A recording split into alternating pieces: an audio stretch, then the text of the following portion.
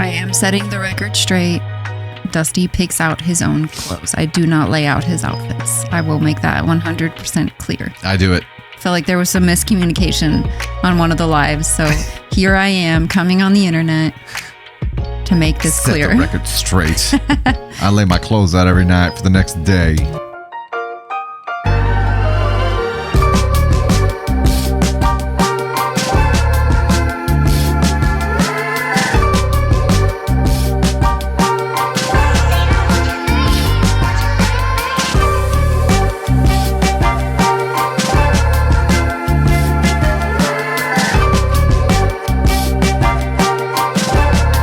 Mama. With my herd. All Luna good. Is licking the lotion off my toes. Luna's licking lotion off your toes. I don't know if anyone else has a dog like that licks lotion. A lotion licker? Luna's a lotion licker. The cat, anytime I sit down, is immediately like... Grumpy cat. Mine. Her face. Yes. Just goes ahead and just perches here. She started chewing on my finger a minute ago because I wasn't petting her. She's like, fine, I'll just fucking bite you, motherfucker. But yes, anytime I sit down, she's like, dis mine. And goes there. So we got the funny farm going here. Luna, of course, in frame, looking like a big piece of fried chicken. Oliver She's breathing is her hot breath right on my face. Okay. Luna, that'll be enough. Well, back to it then. There we go. Oliver, come on, buddy. Chill out. So welcome, ladies and gentlemen, to yet another episode of The Funny Farm. imPerfect Storms, aka The Funny Farm. This is what, episode 3? Is that right? Sure. It has taken us 2 months to be able to record this. We've had to punt it several times, but we do have a recurring calendar event now. So it is on the calendar. It is going to happen. We have a schedule now. I hope you see these more consistently moving forward. And also, disclaimer right now, if you are new to this podcast in particular, this is not Reddit story focused. This is not AITA focused. This is kind of the more personal side and more our Thunder kind of family opinions on a lot of things that are going on than anything else. So it very well may not be your cup of tea. And just disclaimer right now, if you're looking for stories, this ain't gonna be it. But we do hope that you stick around. We do, of course. I'm not trying to shoot them away. I have the tiniest Reddit story for today, but it's actually more like a conversational topic. Oh. It's super tiny. What are these dogs doing? It's a marriage. I don't know. So how's life been? What are you asking me like you don't know?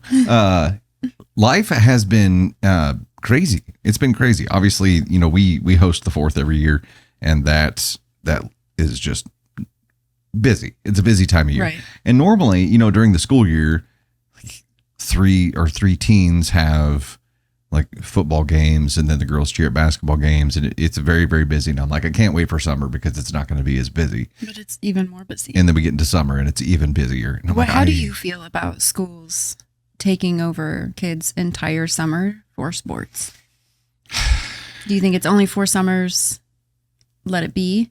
Or do you feel like, I feel like there should be a dead week in like May, June, July, and August. Yeah, that would be nice. The flip side of that is that it's really hard to schedule things and do things. Yes, it for sure is. The flip side of that is that, I know Brady in particular, being at football at 6 a.m. every morning, Monday through Thursday. He's learning a lot of discipline doing what he's doing. For sure, yeah. It's good for There's pros. Yeah, there's definitely a lot of pros. But I feel like the cons in summer for me, as a time where you're supposed to be able to spend with your family, the cons for me outweigh the pros. Yeah. I can definitely see that. As a family, yes. Yeah, it's tough. And also, we can't take them out of school for vacation. We can't take them out of summer for vacation because they get penalized if they missed. And it feels like it's just hard to schedule things, do things as a family in summertime. Yeah. When we're supposed to feel like we can. And the girls like to go to camp. Yeah. Right. So the camp happens during the one dead week that there is. So we got nothing. Yeah. We just have to kind of work with weekends and try to make it work. We did a spring bake. Spring bake? We did a spring break vacation this year. because we knew summer, we didn't get the dead week as far as like our parenting time goes. It was not one of our weeks. Yeah. And then the other dead week was eaten up with CIY. Yep. So. Camp. Yep. Yeah, it's tough. It's definitely tough. And my biggest concern for them is obviously burnout, right? Like they don't get the reprieve that you need to be able. Are you trying to change my microphone settings, Kat? You don't get the reprieve that you need to be able to prevent that kind of burnout. And what do you do? They want to be a part of the sport or activity. So, I guess, what do you guys think about that? Like, also speaking of teens, I don't know if this has anything to do with it, but I saw this thing where it was like millennials are the first generation to break the top sheet curse. And like now no Gen Z uses a top sheet because there's no point. This is what I saw on the internet. What do you mean by top sheet? Like the sheet that goes underneath the comforter? Correct. That I don't understand. Why? I don't either. How are you protecting your comforter from your like body, sweat, and oils? Like, well, also, but your comforter isn't as comfortable as that top sheet is. Like Navy will crawl in the bed and pull her comforter up and not have her sheet. And I'm like, what are you doing? What are you doing? She laughs. She thinks it's funny. I have to know, like, top sheet, yay or nay, because I'm like, who doesn't use? They're like, it just wads up at the bottom, and I'm like, what kind of wrestling match are you having during the night with your top sheet? And two, like, what about like especially teenagers have like sweaty funk. Like yes, puberty, like definitely have the sweaty funk. Yeah, and like you want to protect your comforter from that smell, so because you don't want to wash it as often because it like can wear out faster. Yeah, and like sheets you can replace more easily. I don't know, and so maybe it's like how you were brought up. But my mom and my dad was in the Army, so like beds were made and top sheets were on your fucking bed. I don't get it. And my mom always put the print like down, so like it faced. Yeah, we've had that discussion. And I'm like, I don't understand that part. I don't understand that part either. But my mom's cringing right now. Well, it's when you fold it down. So when you fold it down, when it's made, the print faces out, and that makes sense. We don't have print on our sheets. No, though, we just have plain. But I don't understand what kind of barbarianism these teens are. It's not just teens. There were adults that were like, yeah, fuck top sheets. And I was like, hold your tongue. Because I live for a top sheet. Sometimes I love how silky they feel. The top sheet is all I have. That's what someone, they're like, how do you sleep in the summer? Yeah. I mean, I like it cold with lots of blankets. Now, there has been a lot of discussion, especially in VIP group, about cooling blankets. And I am intrigued because I'm hot-blooded all the time. That's why everybody knows I have my blanket, but that's the reason I have my blanket is because it gets cold. It gets cold for a little bit. Yeah, but then I release it and wait for it to chill, and then I grab it again. Okay, well, this is like... And Navy has the same thing. She's like, I love a cold blanket. And I was like, me too, girl. This is a cooling blanket that covers your whole body, though. I don't know about that. Well, it's not for you, obviously. No, I like to turn on the heating pad and heat up my side of the sheets before I get into them. Yeah. And so, I want to crawl I want my side of the bed to be cold when I crawl in, but then this big fried piece of chicken dog will always lay down on my side of the bed and warm up my spot, and then I get into a warm spot. And I'm like, no. I have an idea. You can just get in on my side of the bed. And then wait. And then warm it up for me. And then. But you're normally in bed before I am. I'm just asking you to make sure, like, set a timer, and like when you see me heading that way, just go jump in really quick and just like spread your body all around. Wow. And then make it warm, and then I'll jump in. Wow, that may be a new level of princess right there. What can I say? If the slipper fits. The heart wants what it wants. The heart wants what it wants. Okay, out of our animals, if they could use social media accounts, which one of them do you think would be the annoying poster? Luna. Luna? Mm-hmm. What do you think? What kind of stuff do you think Luna would post? It would be like the selfies that are from like down below. Like really awkward. The cats would just be like... The cat would just go viral because she's such a bitch. Her grid would just be complete RBF. 100%. In different settings. That would be it. She might be the most entitled being in our home. She really might be, which is surprising because when we first got her, she came out of her shell pretty quick. She was very skittish. I would say 10 days in, that girl owned this home. Yes. And now she's like, I will sit where I want to sit. I will do what I want to do. I will sit on your face in the middle of the night and you will fucking enjoy it. And that's why I'm like, whoa. I mean it in the exact way that I said it, because that is she will come jump on the bed and run across our faces and necks in the middle of the night. To rename Jupiter Huda.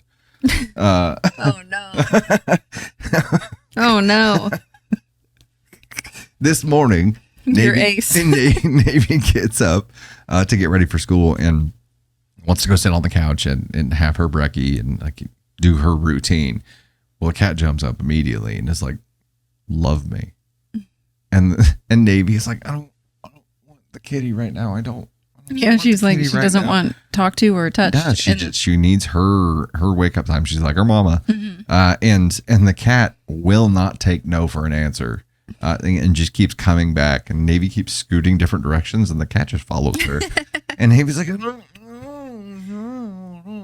it's awake Navy's like biggest dream. Yes. To have the cat annoy her. But she this morning was not having it. And this cat, I can get her to go away. But Navy is just like, doesn't know how to handle it. No, the cat thinks it's a game with Navy. And Oliver, it's hilarious because they went through a phase where they were okay with each other.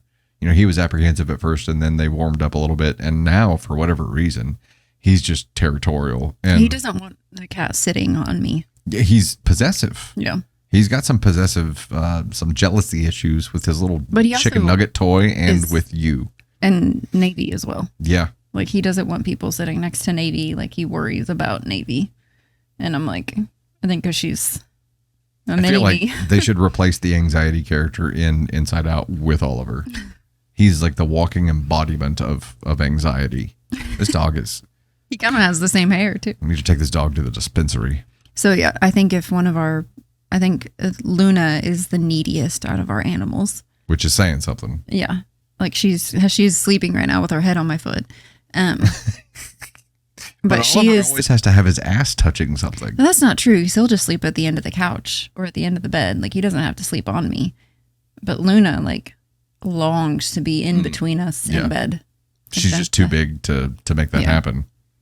But Luna by far is the most needy, which I think she would then turn to needing validated on the internet. Oh, yeah. So she would be posting. I could see that. And yes, Jupiter would just give zero fucks. And then have the most followers for sure. Probably. And Oliver's would be very curated content. Oliver's bio would say 5'10". He for sure. He's got small dog syndrome. 100%. He definitely does. And it would all be very clearly insecure posts. Speaking of 5'10", do you think Ace is 5'10"? No. I'm going to give him the benefit of the doubt. He could be, but... I'm going to give him the benefit of the doubt. Could be, but I don't think so. I don't care about height. I like to just... Like, how do you... I don't know. It doesn't matter to me. How are you as a human? Yeah. Height does matter to you, though, because when we got together, you were like, I can wear my heels. You are the tallest guy I've ever dated. I generally am attracted to shorter guys. Like, that was like my general thing. Like, you were outside the norm of guys that I had dated. You like short kings. Yeah. Which the term didn't exist then, but it does now. So.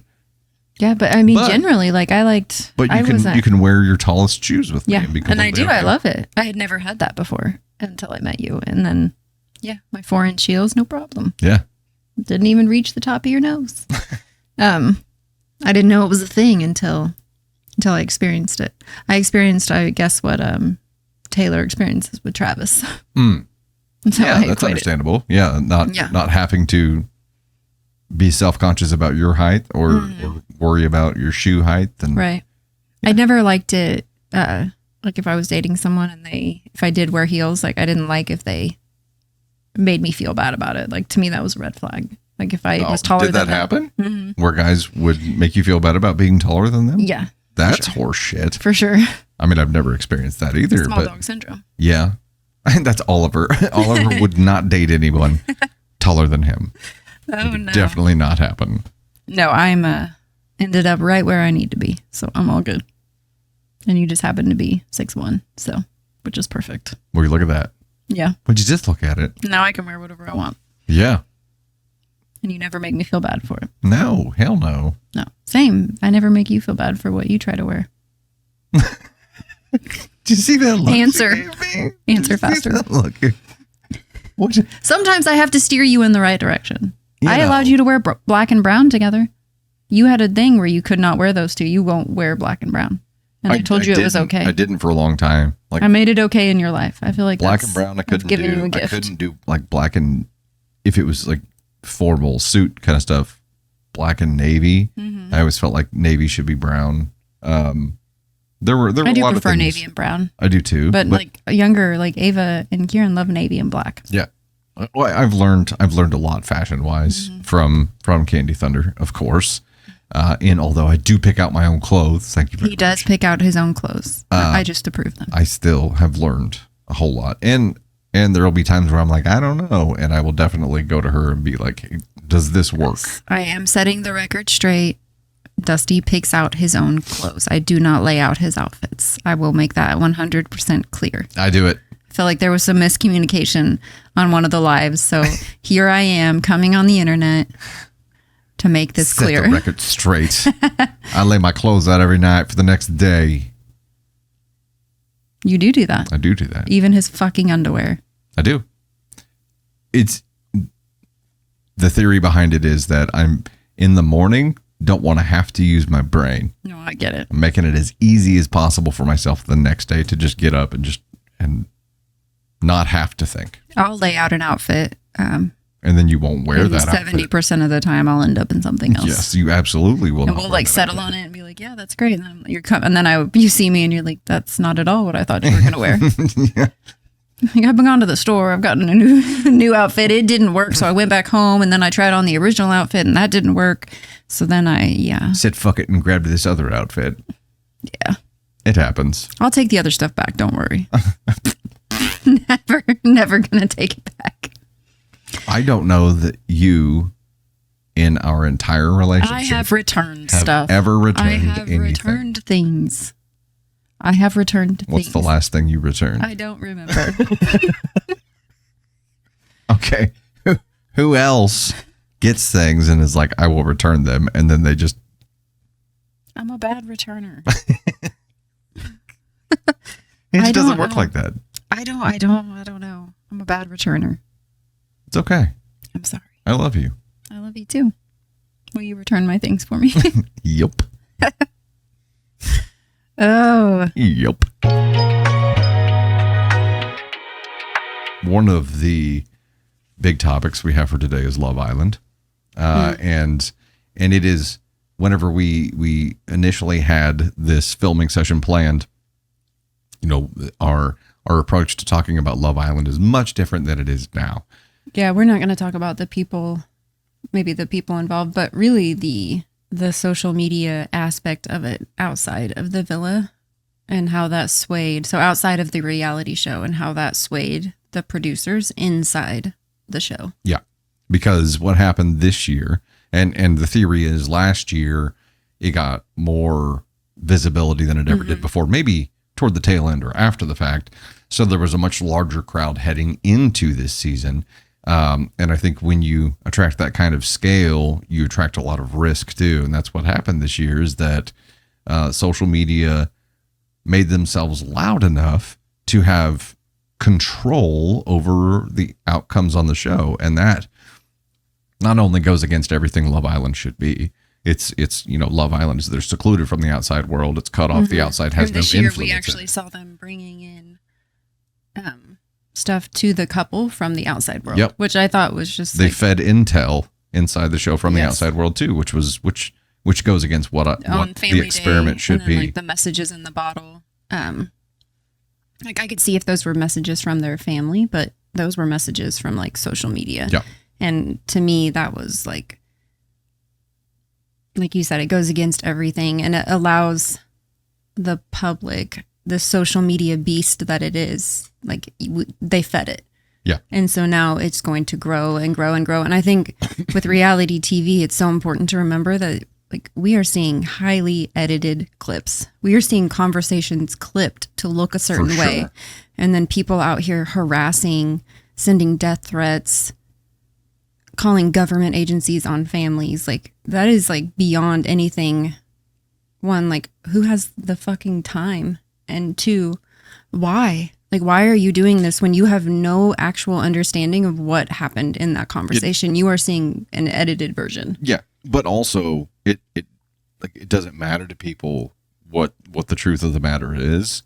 It's so scary.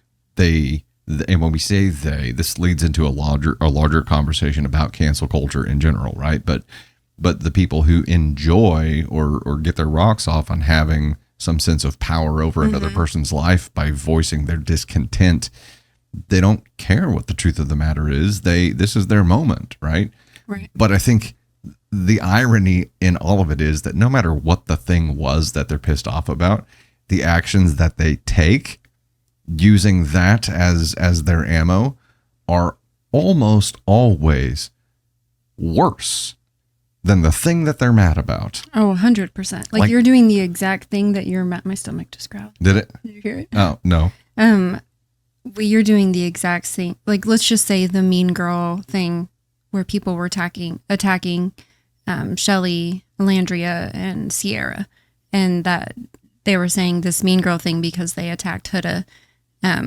And people come out of the villa and they're like, you did not see the whole thing. You have no idea what went down. You saw a highly edited version that made them look bad. But what was their response? But people were sending death threats to these women. Like death threats of all the things. Than mean girl behavior. 100%. And racial remarks were like all of these things. And I'm like, that is too much. And also it's ruining the show.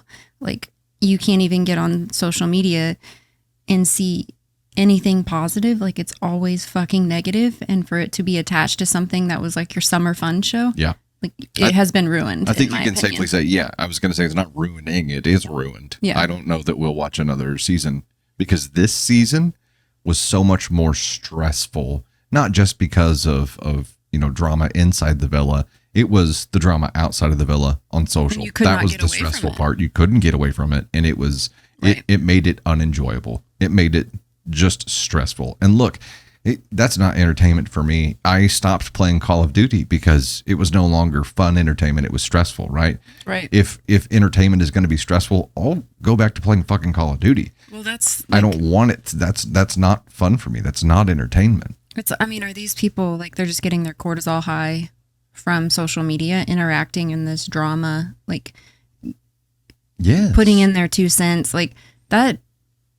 You are out here critiquing someone for having mental health issues when you yourself are online seeking that cortisol high, doing the exact same thing. Well, and like if you can't self-reflect and realize that these are human beings that you are attacking, like this level of like disconnect where we feel like what we say on social media doesn't relate to real life is absurd. It is. And the hypocrisy that we see between the individual members of cancel culture that want to jump on the bandwagon and they get emboldened by mob mentality.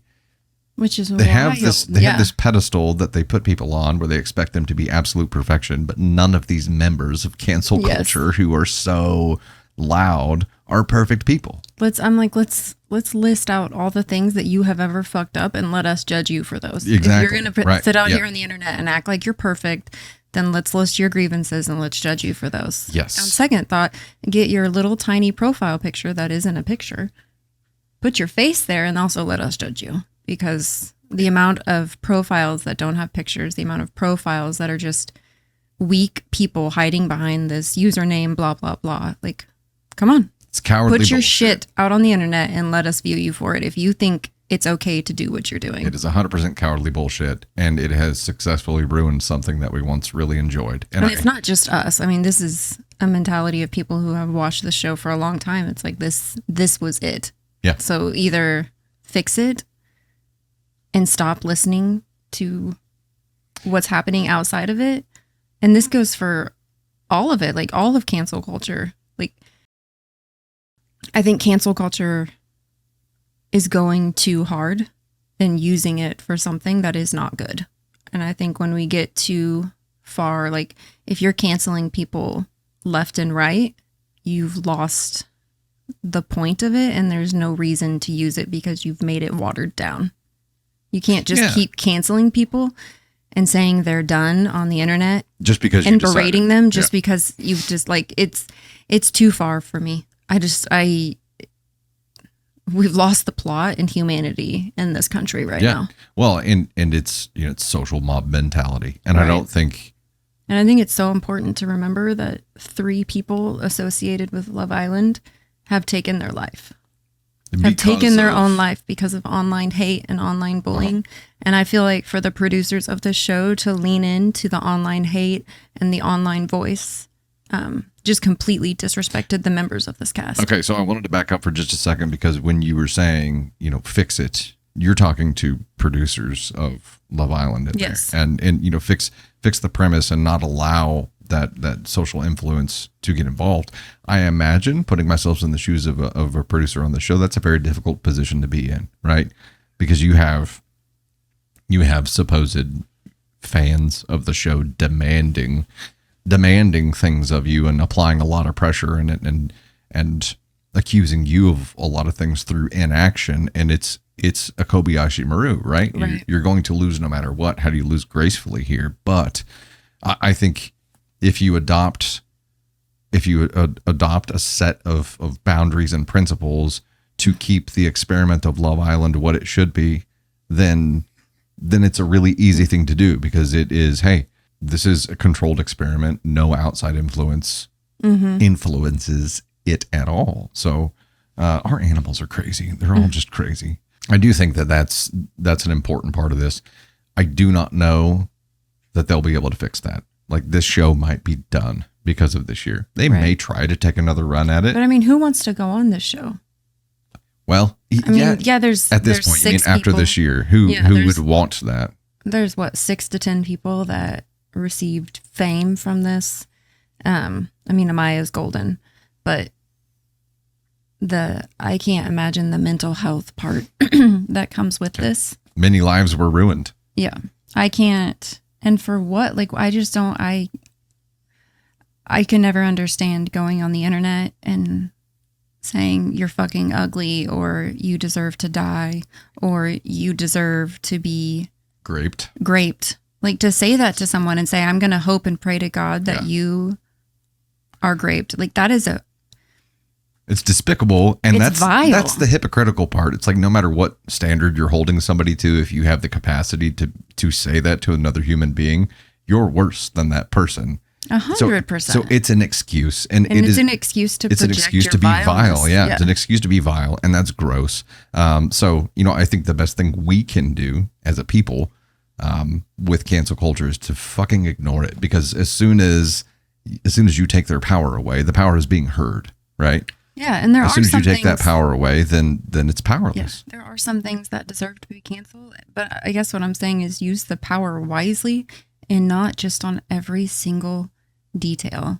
Like, not on every one word that was spoken. Educate the masses instead of degrading another human being.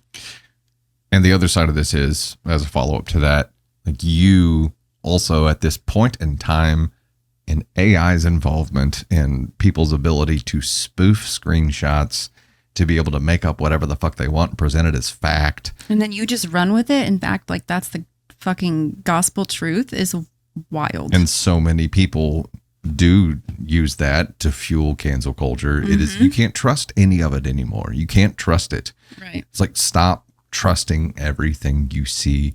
Start thinking independently. But use your critical thinking skills and question whether or not what you're being fed as a screenshot is the actual fucking truth. Right. In my opinion. Grain of salt with everything. But we say all of this.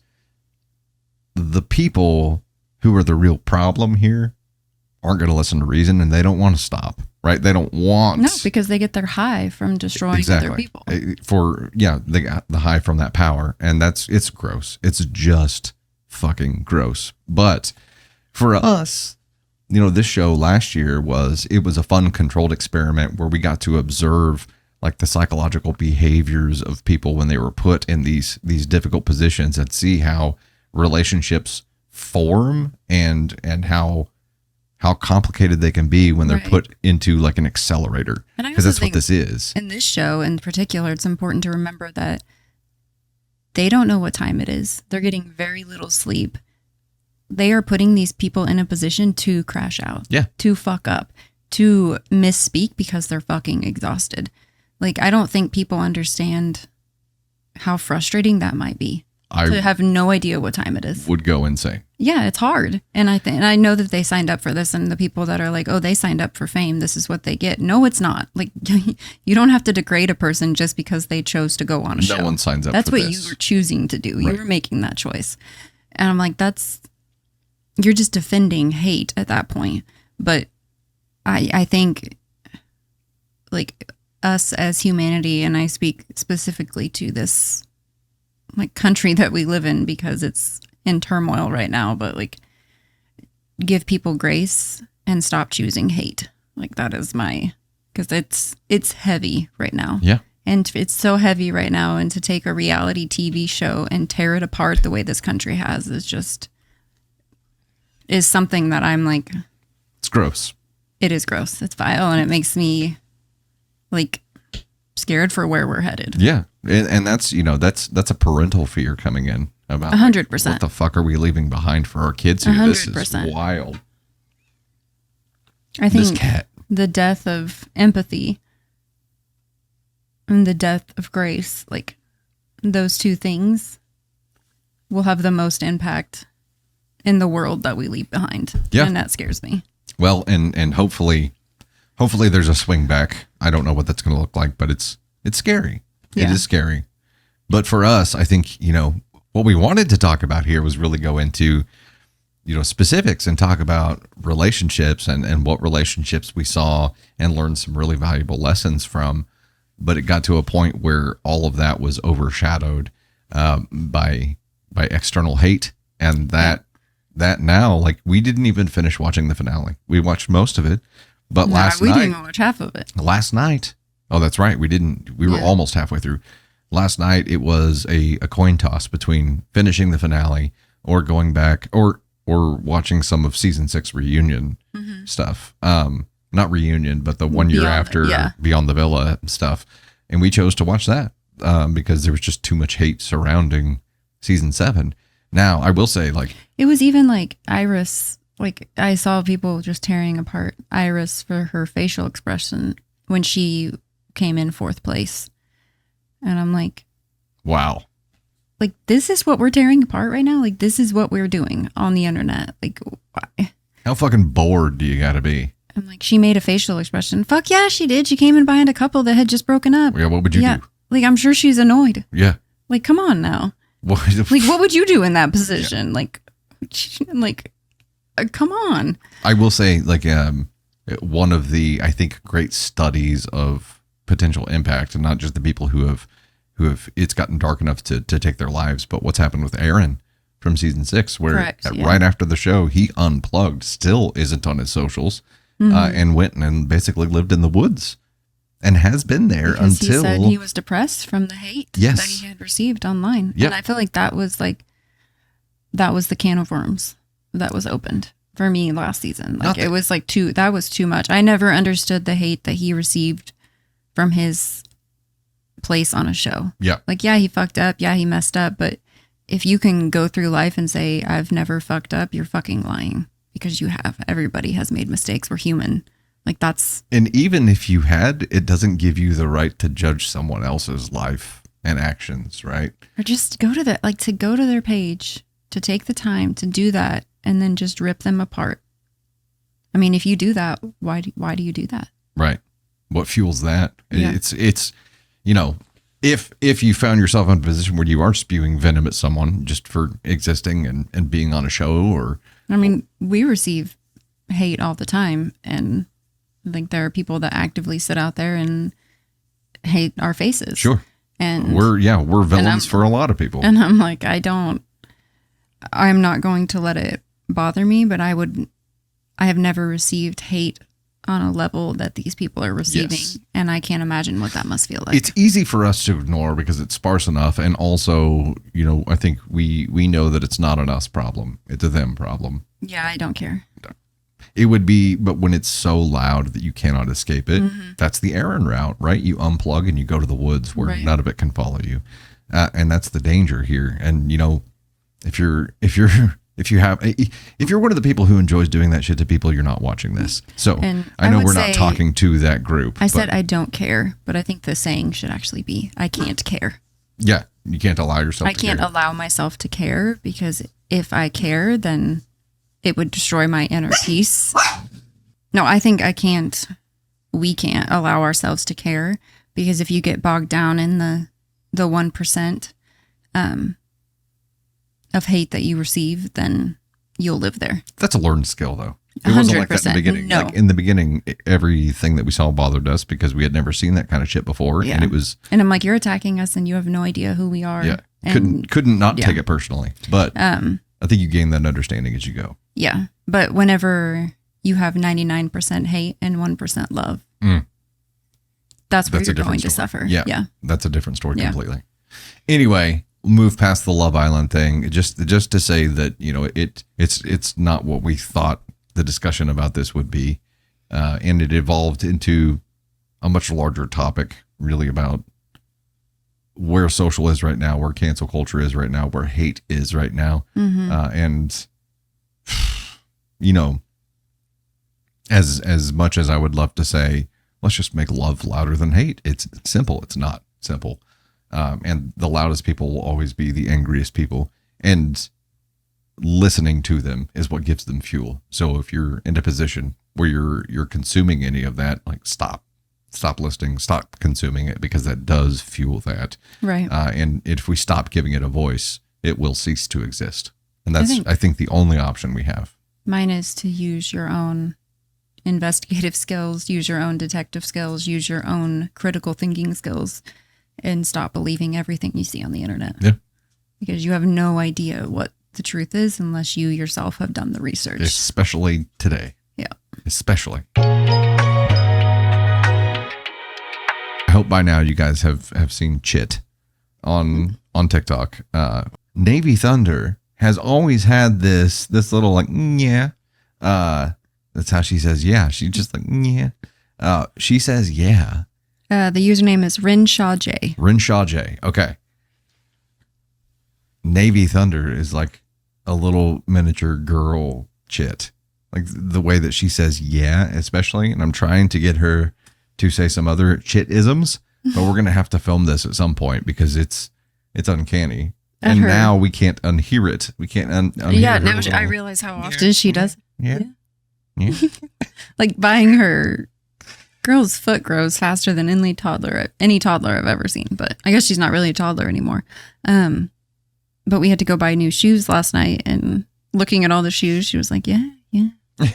Yeah, like those. Yeah. She's also so funny. She wanted to get like these platform heel sparkly dress shoes. Right. Like, I don't think you're ready for that yet. They also like, she's in 11, and they started at like size 13 or something or 1. And I was like, they don't have your size. She's like, of course they don't. When have you ever been shoe shopping and they not had your size? Oh my gosh, this kid. Yeah.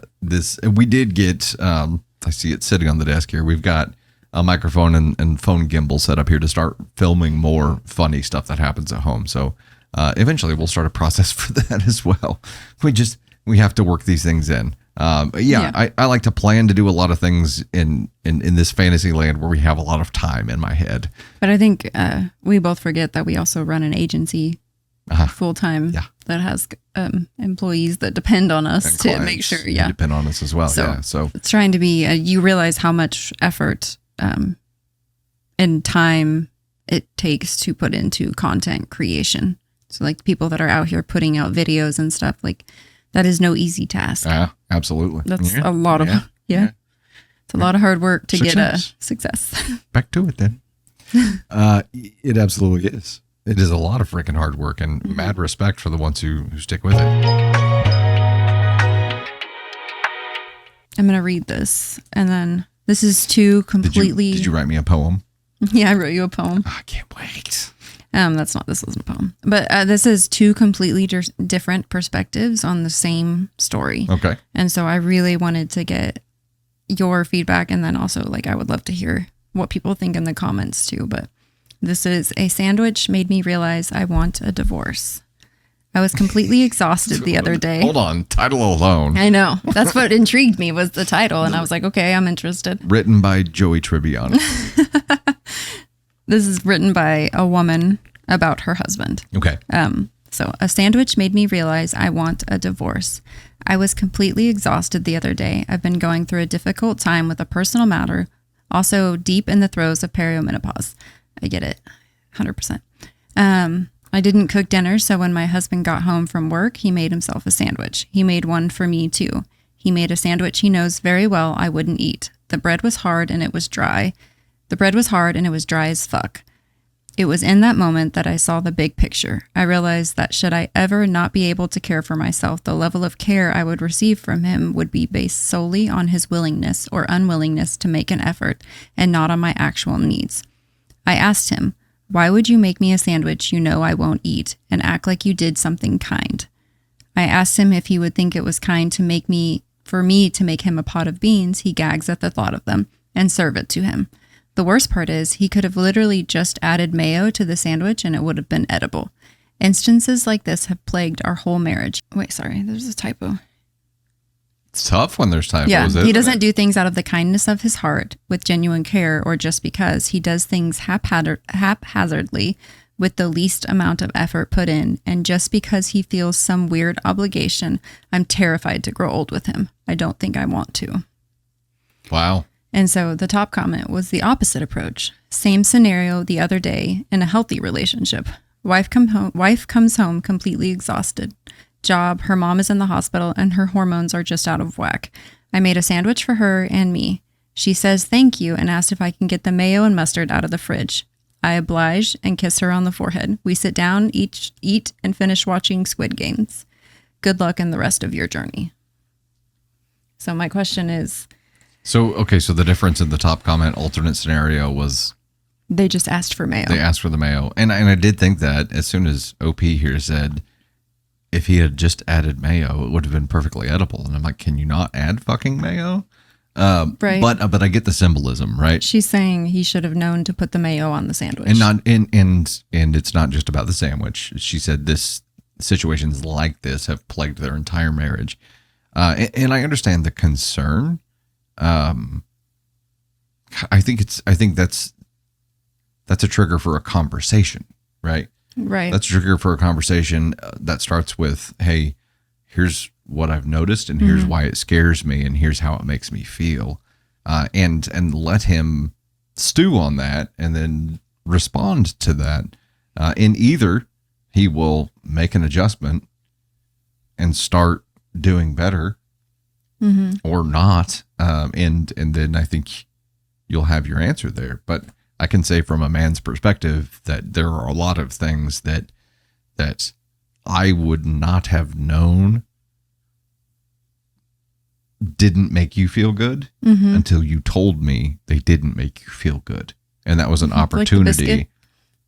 That was an opportunity for me to change and to learn, right? To learn your preferences and to do better.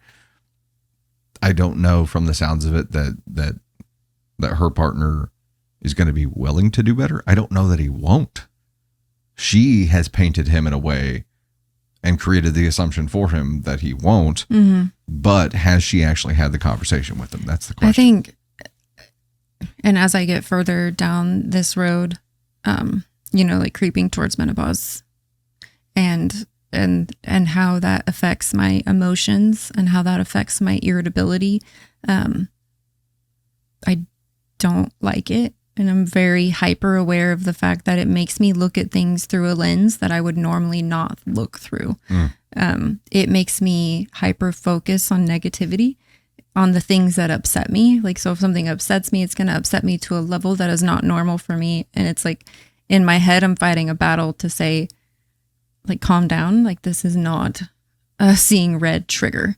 And so for me, I would caution saying, because look, the grass isn't always greener on the other side. The grass is greener where you water it. And I think some of the watering that is of the utmost importance is communication. So saying like, from now on, if you make me a sandwich, would you please put mayo on that?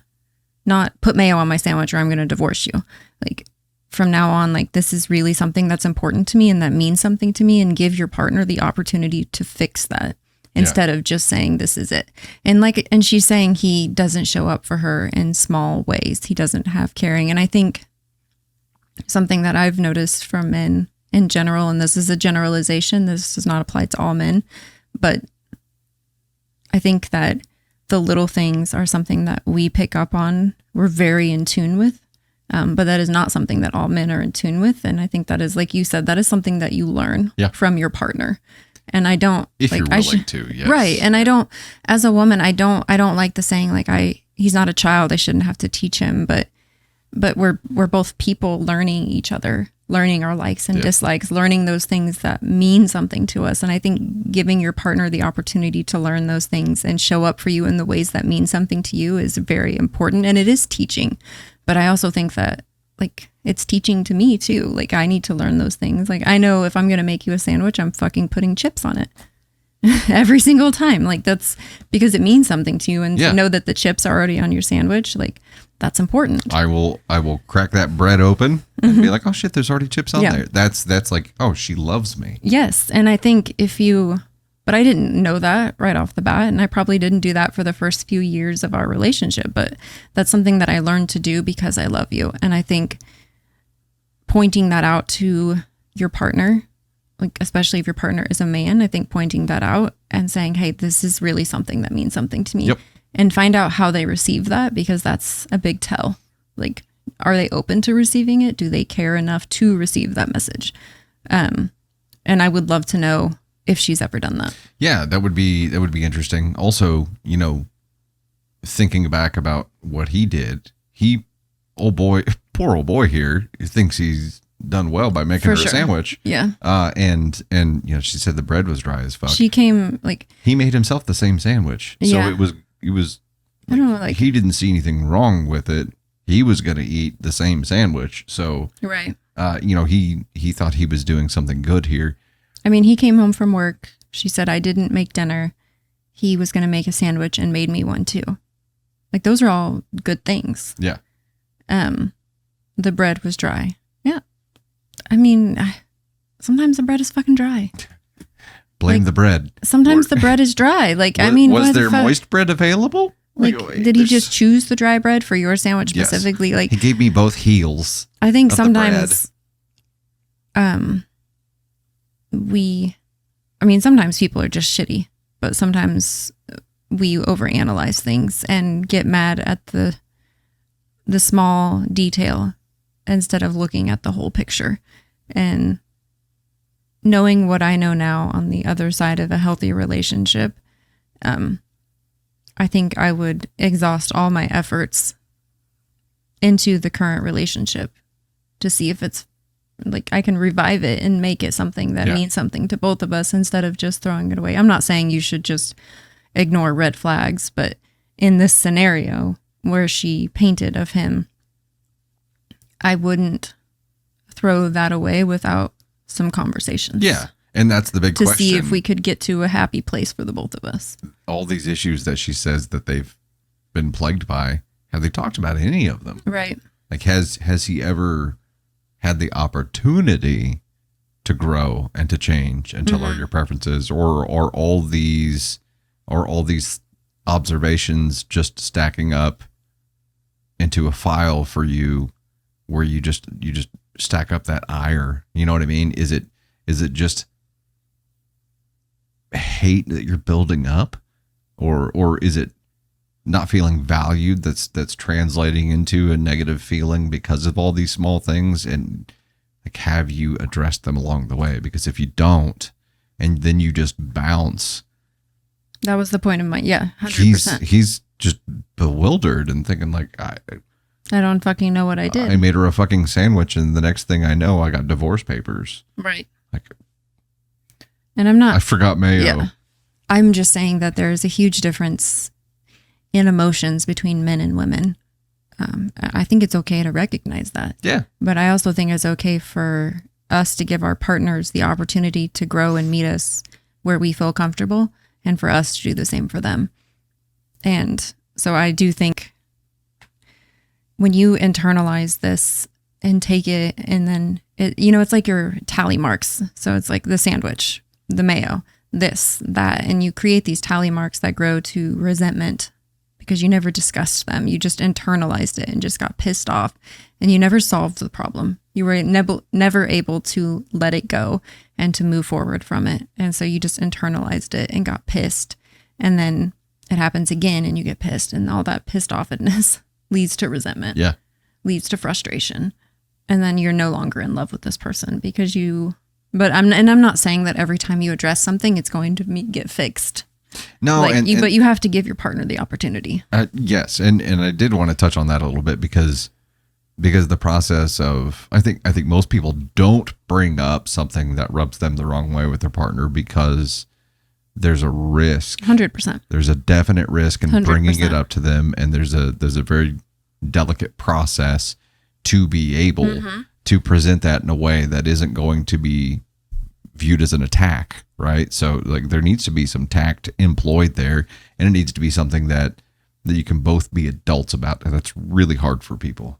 Right. You have to, does your partner apologize? Like that's a big one. Does your partner see if they've made a mistake? Do they talk about that? Or do they want to just ignore it? Like, I think these are all signs that are like, are they capable of growth? Yeah. And you've said before, for a long time in our relationship, did not apologize. Right. Which I look back at with shock, right? I'm like, fucking really? But I get it now, but that's a shock to hear. And I think if you want to be open to change, you have to be willing to learn some shocking truths about yourself. There's an unmasking, right? Growth is never comfortable. Right. I think, and for me, it was knowing that, like, if I felt that you were uneasy or if I felt that you were stressed out, like, I immediately took those emotions, like, and I needed to fix it. I needed to, like, but I took them on, which put me in the throes of the problem. Not that I felt like it was my fault, but I felt like in some way it was my job to fix it because I couldn't handle that you were uncomfortable. Because to me, it made me feel like something was wrong. And that's the trauma that I have from the way that I grew up and, my friends and all of that along the way. But to know that, to recognize that and say like, hey, just because he's upset, does not mean that it's my job to fix it. Like, I can show up for him and support him, but I don't have to fix his problems. And to do that, I feel like has taken like a strain off of our relationship to allow you to be stressed out and say like, what can I do? How can I work alongside you without needing to fix your problem? Because from my perspective of the person who is stressed and their partner starts taking that on, what I see and experience is I'm stressed, and then I see you get stressed because I'm stressed, and that's one more problem for me to deal with. Yeah, absolutely. Right? It doesn't help. It hurts. Right. It just compounds the stress of the whole situation, and it spirals, right? So it was always, my problems would become a burden to her, so I would bury those problems. Right. Right. And not present them when I could. But we've learned. I think that's just, we've had a lot of time to learn too. Right. But also a lot of willingness to learn, because I think like we have, shit ton of kids. I'm just kidding. But we don't want to fail. We don't want to, like, if there's something small that I could change, to make you feel more seen, I'm going to fucking do it, because I want that for you. Like, I want you to feel loved and cherished.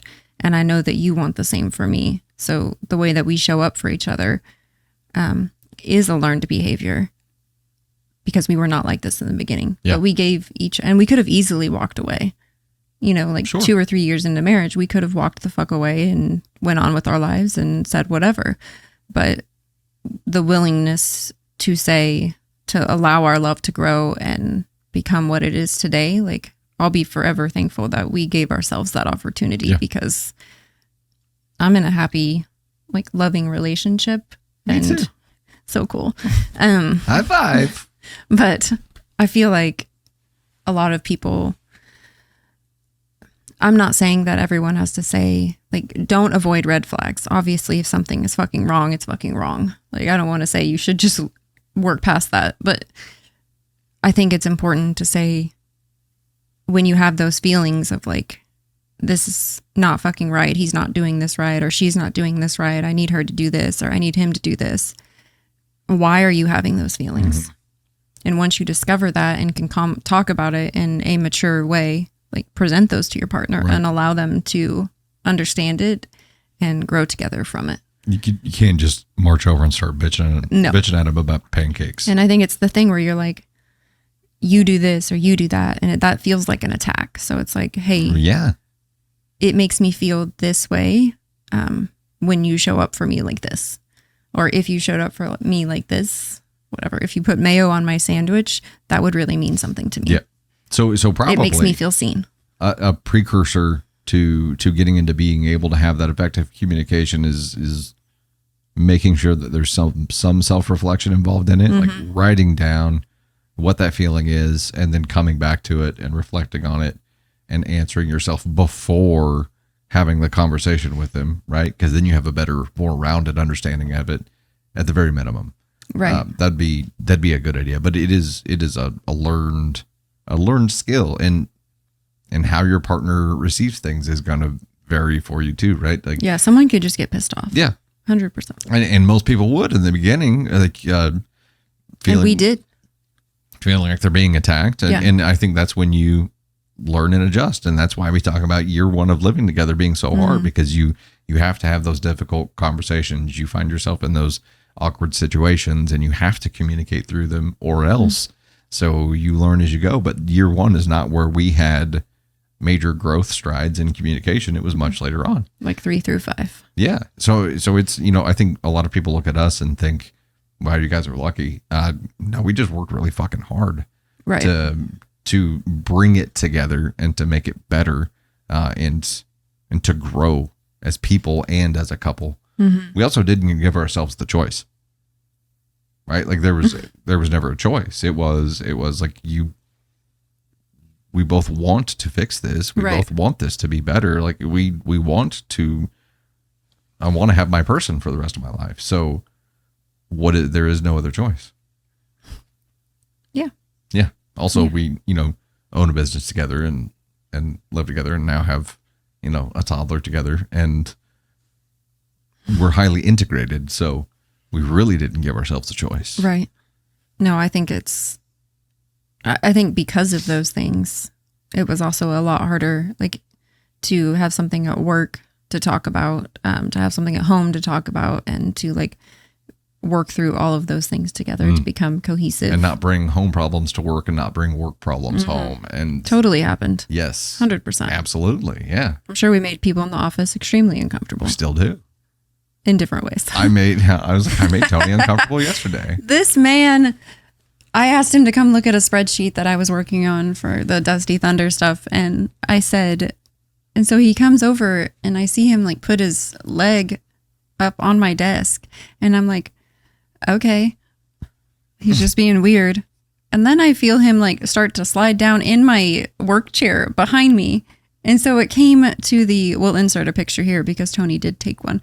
It came to where he slid all the way down behind me in my chair and then looked at my spreadsheet while we were, it's a good spreadsheet. But yeah, it was hilarious. But those things at work, like that happening, I don't know, makes me happy. Like the funny stuff is my favorite part of the day. I'm Thanks for the pick, Tony. Goofy and awkward as hell, and not afraid to show it. I love it. It was funny. Yeah, it was very uncomfortable. And not just for Tony. My my crazy laugh is ridiculous, but Cackle? My cackle. But I love your cackling. Like releases stress in me like no other. Good cackle, good cry. I'm good at making you cackle. Yes. I feel like that's the, I was so growing up, like so ashamed of my laugh because it was so obnoxious.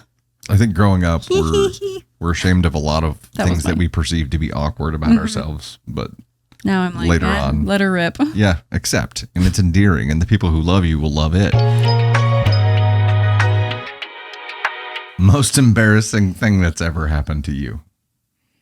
From like the current year or just or every time. like subsequent year or all time, current top of mind. Basically, all day, every day is the most awkward thing that's ever happened. But the one that like always sticks out to me is when I fell down the stairs in middle school. Because like, what an embarrassing fucking age. Oh, everything's awkward, and you feel like you're being judged all the time. Anyway, you probably are. Yeah, and so somebody stepped on the back of my shoe. Do you remember the black like stacked heel? Like clog shoe, going down the stairs, and somebody stepped on the back of it, and I fell. The Steve Madden single black strap. No, these were like a clog. Oh, okay. They were so bad. Anyway, someone stepped on the back of my shoe. I never knew who, and I spilled like down all these stairs, fell to the floor, and like tore growth plates in my wrist or something like that. It was like this crazy. I had to wear a splint, but it was so fucking embarrassing because it was kind of like I didn't like black out, but it was like discombobulated. And I came to, and all these people were standing around me. And I was like, it was just laying on the floor and like all these, you know, the guys standing over you. It was just like the most embarrassing thing that still probably to this day has ever happened to me until I knocked over all your fucking drinks on the 24-hour live. And I was like, which I only got to see the recording of. And then I had to read a story for the first time in my life. But I heard it. It was so embarrassing. Heard it happening. I mean, that just really sums me up to a T. It's like somebody was trying to use a cheap set of chimes while I was trying to take a nap. It was me, Jessica. I think I can't remember. I know I've ripped my pants before, but it's like the situation did not stick with me. I still think that what is yours? I still think the whole bathroom. I have a couple bathroom experiences. All of mine are turlet. Oh, the Casey's one? Yes, all of mine are turlet related. I was going to say the one when we were heading down to that big video shoot, and it was the occupied. Mm-hmm. That's not it, though. It's Casey's. It's going into the accident. The women's restroom. And me being the one that was like, oh my God, someone's in here shitting. Yeah. And then I had to leave because I didn't want to listen to it. Hot chocolate or something. I was sick. I was sick. And I got in there and parked and was already committed when I noticed the little trash can by my feet, and then noticed the lady's clothing dropping to the floor. She was changing in the stall next to me, and I was and the person out waiting going, yeah, Jesus. Somebody was waiting in there really impatiently. Happened to be my wife. Yeah, that was the most embarrassing thing because I had no choice but to wait it out. I had to wait until the bathroom was empty. And then shoot across the hall. Once I was done, shoot across the hall to wash my hands. Yes, because I couldn't wash my hands in there. That's just additional risk. Had to run across the hall, and then I get outside and I tell you, I'm like, we gotta go. And I'm like, I haven't peed yet. Somebody was in there pooting. It was me. And then you said that was me. And I have never laughed so hard in my entire life as I did in that moment when I found out that it was my husband, because I was like, that fucking tracks. Yep, that fucking tracks. Yep. Our kids were dying laughing. It happened. It was great. It was great. If I had been that sums up our life. I feel like noticed by one of the other inhabitants of that bathroom, it would be even more embarrassing. But only my family. I was going to say only my family knows, but the internet knows. So Yeah, that story is actually posted on TikTok. Yeah. That entire story. Yeah. You might have to link it. Yeah, we've told that story before. It's pretty bad. Also, I do a lot of embarrassing things all the time, though, and I don't care. Like the time that you told people that we didn't know that you peed all over the toilet when you had a high fever, and I was like, "Stop oversharing." Oh yeah, because I was having like a seizure. I was shaking. I was uncontrollably shaking while having a fever, and that was when I knew shit was real because like there was no controlling that stream at all. And I was like, okay. I tell people much worse than that. It was too far for me. People much. I haven't gotten to the point of describing my shits to people yet. I'm surprised you haven't called me into the bathroom to look at them. Well, I'm sure that you have a very strong gag reflex when it comes to shit. I don't like to look at shit. No, you are not like a prospective member of Poop Talk for sure, or Poop Reddit. Oh God! The guys at work have delved into Poop Reddit. I have not actually. I don't. Surprisingly enough, looking at that, like seeing somebody else's, like that just makes me. It makes my stomach turn. It's turned and it's gross. If it's not one of our children's or our animals. I don't even like to look at it like I don't want to look at anyone's. I understand. But like with Navy, we don't really have a choice still. Right. But at least it becomes a fun game with all the different names. You know what I mean? The slick together poop. Yeah. What was it? The break apart poop? Break apart, yeah. Yeah. There's so many just great titles for them. She's hilarious. I mean, just absolute hilariousness all the time. Innately funny. Yep. Which is why, like, the whole Chit, yeah. Yeah. I'm going to have to capture it one of these times. But whenever I said, I think we were in Kohl's and I had noticed it. Mm-hmm. And I was like, she sounds just like Chit. And she got so offended. She has no idea what we're talking about. She's like, I don't like that. I'm like, you don't even know what that is. She's like, I don't like it. I'm like, okay. And I'm like, hey, can you say success? And she's like, no. And I'm like, oh, okay. Yeah, she was like, I don't want to be called that. Yeah. I don't like that. I don't like, you're like, do you even know who that is? She's like, no. She doesn't care. She doesn't like it. She wants no part of that. You could refer to her as the most beautiful princess. And she's like, please don't say that. Yeah, I don't like it. I don't like that. Don't call me by anything other than my name. I don't like it. I don't like it. There was a mom this morning who was dropping a kid off who's in Navy's class. Mm-hmm. And she had a smaller kid, probably, year and a half, maybe 2, on her hip that she was carrying too. So maybe a year. And we were walking out at the same time, and the little kept smiling at me. And I was like, okay, so out of curiosity, is it easier whenever you drop the older one off, or does it get harder because the younger one lost a source of entertainment and now becomes very needy? She's like, no, actually, she's super chill. It's pretty easy, like lucky, because when Navy's siblings are not around, she comes to us asking for constant entertainment. Mm-hmm. She needs it. Yeah, she's still in that phase where we've got to work on independent entertainment. Right. That doesn't involve watching something on the television. Yep. Yeah. We're still working on that, because right now it's daddy play with me, and I'll play. And so I'm enabling here, and I'm the problem. It's me, largely, but yeah, we'll work on it. We'll get there. She does good. She's a good kid. What is the... She didn't listen last night, and we're working on listening when it's time to accomplish things and time to do things like the shower. Like, we have a list of things we need to accomplish in the shower. So we're working on accomplishing things in that time frame so that we can knock these out. And I'm telling her that's the time that it's really important to listen and, to follow what I'm asking you to do so that we can accomplish all these things. And she didn't listen, of course, and was just doing her own thing. And then after the shower, she's like, did I do a good job listening? And I'm like, well, and she got offended at me that I told her that she didn't I didn't give her an A+ for effort. Yeah. And I was like, well, we still need to work on, she's like, well, we did it. And I was like, but mommy's fried now. What if we did it and mommy wasn't fried? By the end of it, trying to just get you to listen.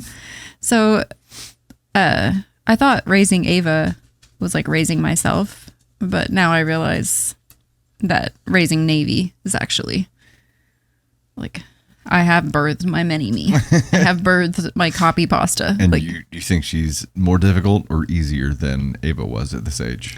I think that she's more difficult. Yeah, she's definitely more difficult. As a baby, she was very chill, very laid back, very easygoing. And Ava was not, but now in Ava, toddler little person phase. Yes. Yeah. Yep. Yeah. Well, she's, she has preferences. I've never seen a kid Thank you, Luna.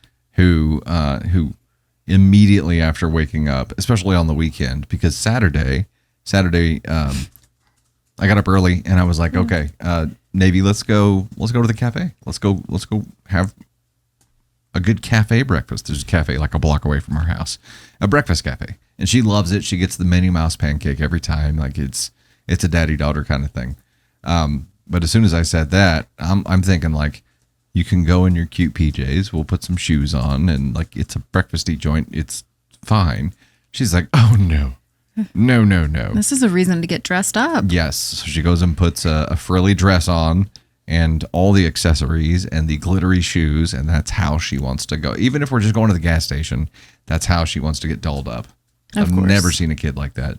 But I liked to dress up when I was a kid too. Not like I wasn't wearing glittery accessories, but I always liked to look nice. I don't know.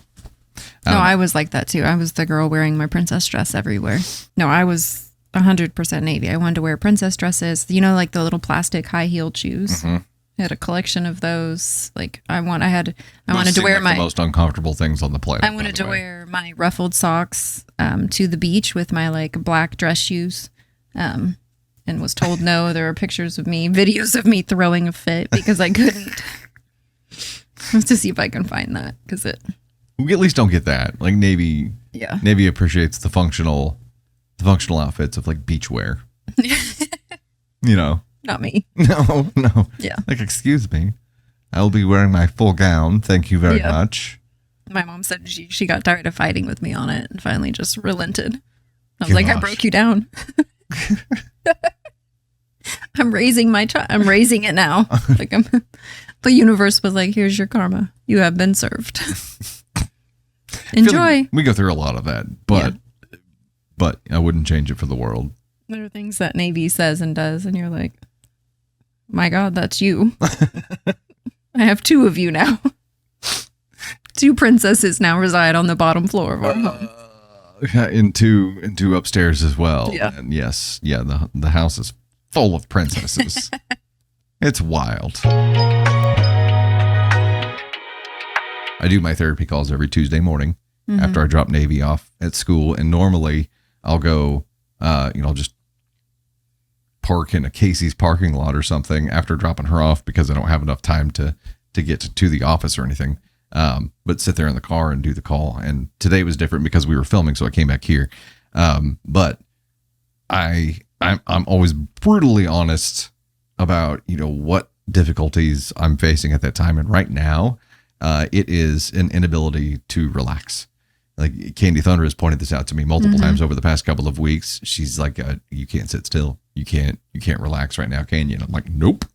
And my mind will get overloaded with these, this is what you should be doing tasks, which first of all, my therapist this morning was like, take that word out of your vocabulary, should, because saying to yourself you should be doing something creates an expectation and sets you up for disappointment and failure.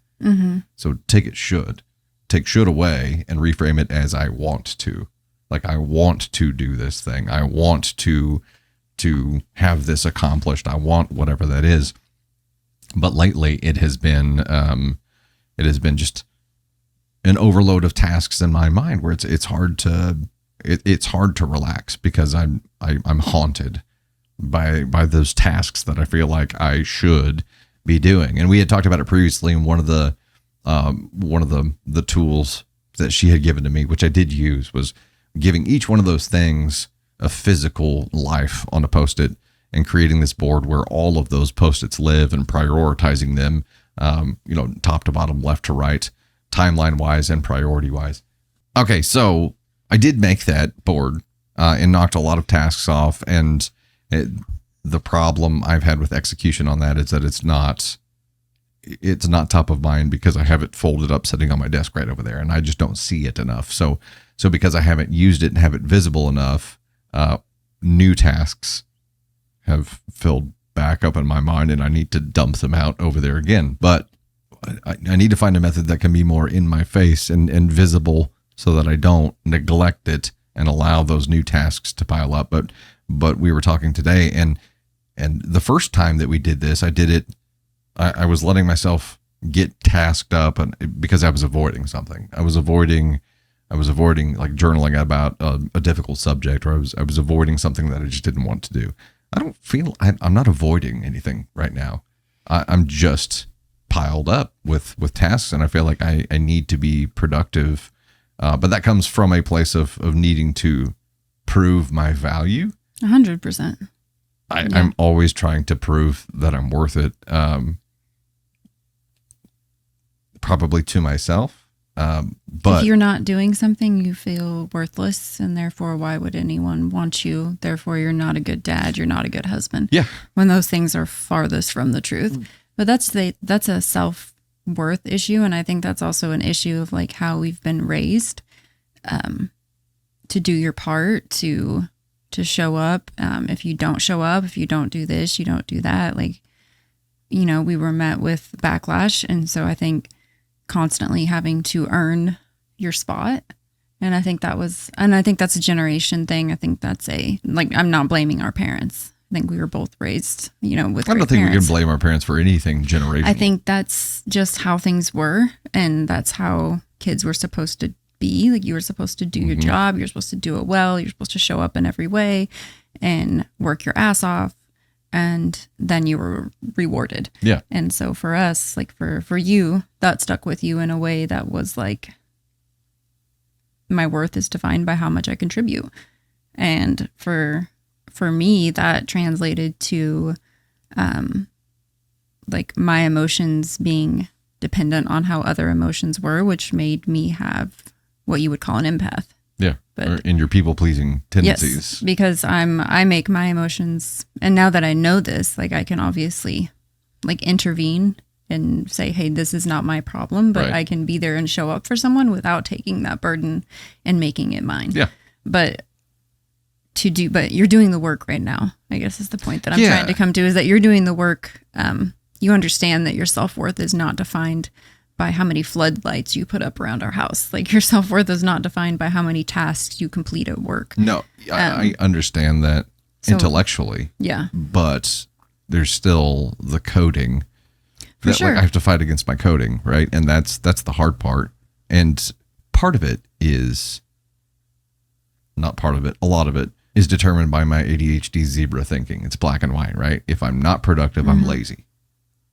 And I think that's one of the biggest things I struggle with on the daily is if I'm not productive, I am lazy. I have struggled just being. Why is it not okay to be lazy sometimes? I mean, why do you think that it's not okay to be lazy at times? Lazy, I think, in and of itself, because that's how I innately label things, has a negative meaning, right? You think that relaxing is, in your mind, you have equated relaxing to lazy. Yes. Which is why, and we talked about this morning on my therapy call, actually, I allow relaxing to be a preemptible task, right? It's something that doesn't have any value in my mind. So other tasks that do have value, like replacing the floodlight or getting the security cam fixed, like those things do have value in my mind. So I allow them to trump any kind of rest because I don't have value assigned to that right now. So I have to somehow start treating that relaxation as a priority task so that it doesn't get overruled by productivity in my mind.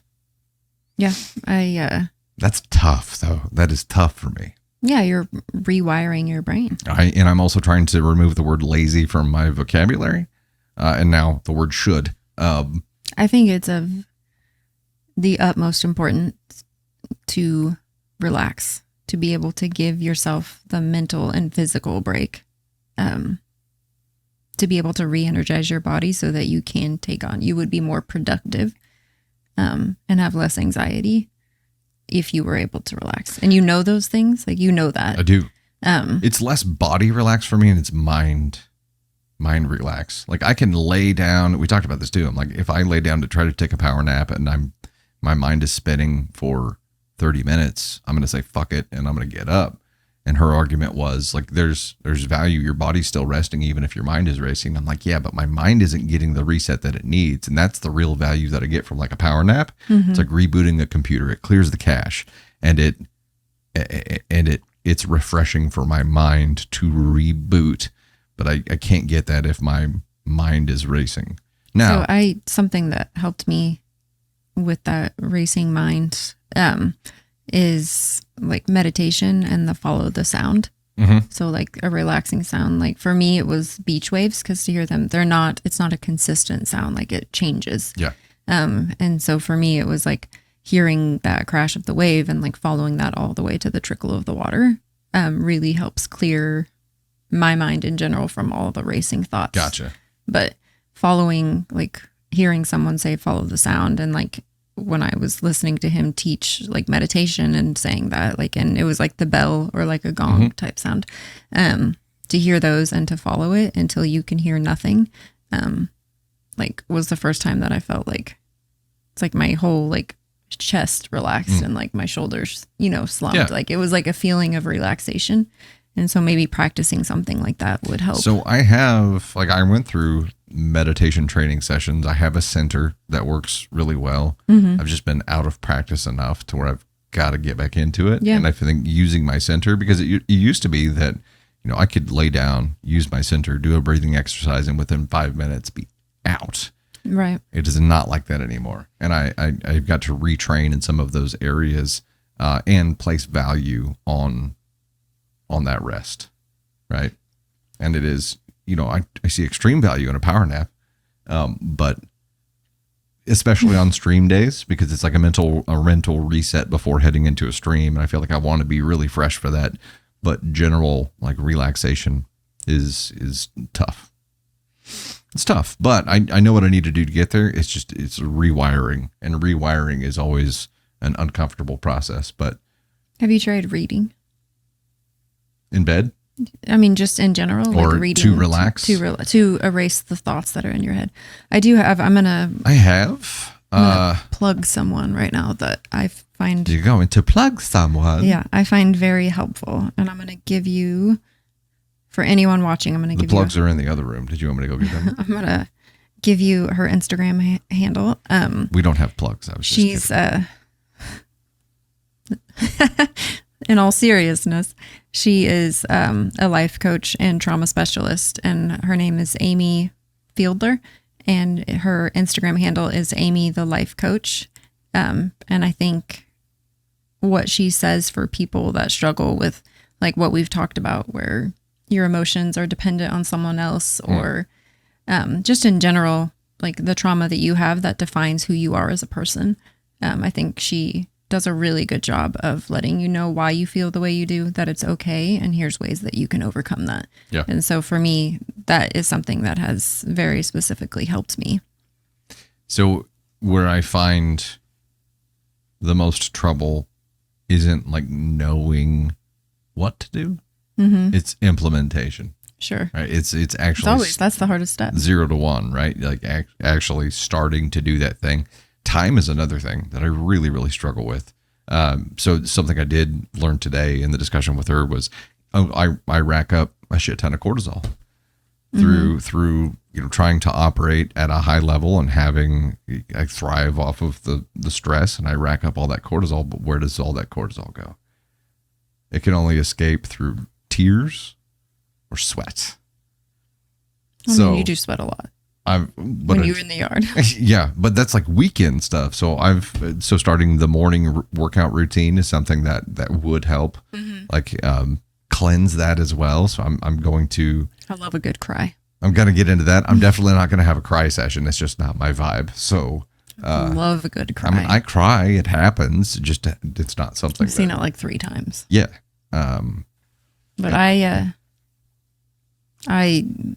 there's something about like listening to like a really sad song, and like, or a song from a place in your life where things were like incredibly hard. and allowing those emotions to like leave. That just feels. As tears? Yeah. Like it just feels, and I think women in general maybe find it easier to cry, like at least easier to release our emotions. But yeah, crying is something that like really, really resets me. I don't feel like it resets anything for me. I don't think you do it enough. I'm not doing it right. You're not crying I'm right. not crying right. You don't get the benefits of it. Yeah. Well, I definitely don't have enough frequency to practice it and do it well. I mean, we talked about Love Island, but I do think that's why people, resonated so much with Amaya, is because she didn't hide her emotions. She was very loud and vocal with her emotions. And she also realized that she messed up and wasn't afraid to apologize. Yeah. So I think... And because she gets the zoomies. Yes. But I think all of those things in general, like, add up to something that someone... you see yourself in someone. And so it's easy to fall in love with that person because they make it okay for those things to happen. And then the rest of the world falling in love with that person also like validates that like, hey, it is okay to cry. It is okay to be emotional. And 100% it is okay to apologize and admit that you were wrong. Sure. And so I think for her to do those things, and like people, I think, called her out on like talking over other people. And I think when she watches that back, I feel like if you have the ability to apologize and say, hey, I fucked up, you're also going to have the ability to see yourself and be like, hey, I see what they're talking about, that I'm seeing it secondhand. And so nothing helps you self-reflect like watching an actual fucking video of yourself. For sure. Yeah. Like, okay, and gaining that self-reflection tool is essentially, getting the ability to play that back in your head and see it from the outside perspective. Sure. I am sure they will all learn a lot about themselves by watching that. Yeah. I don't know that, I would have never been on the show in the first place. Not even in 100%. Not even in my early 20s. But even if I were, I don't know that I'd be able to watch it afterward. I'm really uncomfortable. You'd be like Navy in the early days of preschool. Yeah. Where she just sat in the corner and cried. Yes. Wasn't ready to engage with anyone. 100%. They would have done send your ass home. They would have been like, you ever really talked to anyone? Yeah. I'm like, it just takes me a minute to come out of my shell. So there's slow burn, honey. And then there's you. And then there's fireproof. Like, we're going to have to, put somebody else in that spot. It's just going to happen. Right. Okay. Anything That's else? it. That's the books. I mean. That's the books. Yeah. What does that mean? It's the end of the book. That's the books. Yeah. I stick by it. I'm going to write the next book that I write. That's how I'm going to end it. It's not going to say the end. That's the books. It's going to say that's the books. That's the end of the books. That's not what I said. Y'all know what I meant. No. That's the people books. Can figure it out. Okay. Well, I'm going to use that on the next stream too, and everybody's going to be like, "What the fuck?" And I'll be like, "Watch Imperfect Storms." It's fine. Thank you guys so much for hanging out with us for another episode of the Imperfect Storms. Next time, cross your fingers, it won't take us 12 years to get an episode recorded, right, and out to you. We're trying to get more consistent about this. Time is hard. Time is really hard. Like I need the Adam Sandler remote where you push pause. Should be at the office right now, but we scheduled time during Tuesday mornings whenever Navy Thunder is at school and Candy Thunder. This is mommy day, so this is like the only time that it could work consistently. So we're 100%. Taking a run at it. Yes. Yeah, and that's the book. My days off are no longer days off. Yep. This is fun though. Mm-hmm.